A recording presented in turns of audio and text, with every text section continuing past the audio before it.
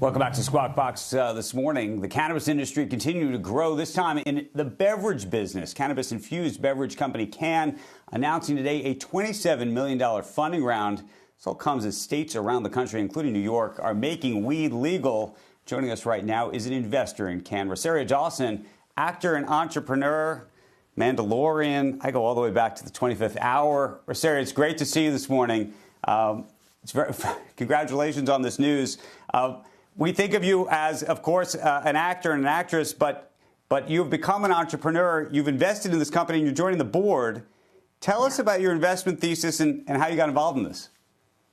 Well, thank you for having me on. It's great to be able to talk about this company and its growth. I think they're doing something really remarkable in this space. I think in 10 years, we're going to be looking back on this moment and seeing this shift into beverage and edibles that is making such an impact with so many different communities. I think folks who are kind of sober curious, or people who want to experiment but don't want to smell, don't want all of the stigma attached to it, but want the benefits, are seeing this company as their way in. The fact that they're also working with people like Mary Pryor of Canaclusive and being really intentional about making sure to reach out to communities that don't normally get mentioned, marketed to, involved and engaged in the marketing is really key. This is a company that is building in on the idea that beer companies are now moving into hard seltzer because they're starting to lose sales, and so they're starting to move over. So that's why Molson Coors have joined us in Canada to help us with our manufacturing. So we're now international, which is very exciting. Sarah, go back for a second, though. What does sober curious mean? People who are maybe wanting to have something to have out in public with their friends, but not necessarily wanting alcohol, or people who are, edible curious, but afraid about, what the dosages are, people who don't necessarily want to smoke.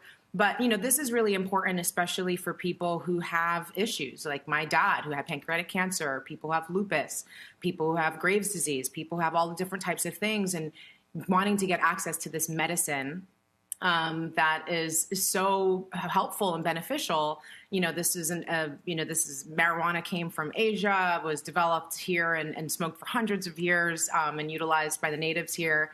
It was, the war on drugs on Black and brown communities that have been absolutely devastating. And now it's become this thing that's legalizing across many markets, and people are seeing it's a $30 billion industry and they're trying to capitalize on it.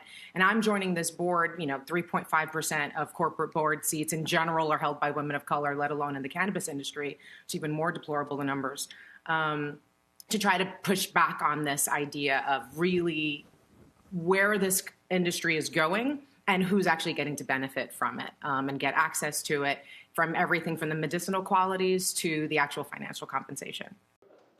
Shepard Smith here. Thanks for watching CNBC on YouTube.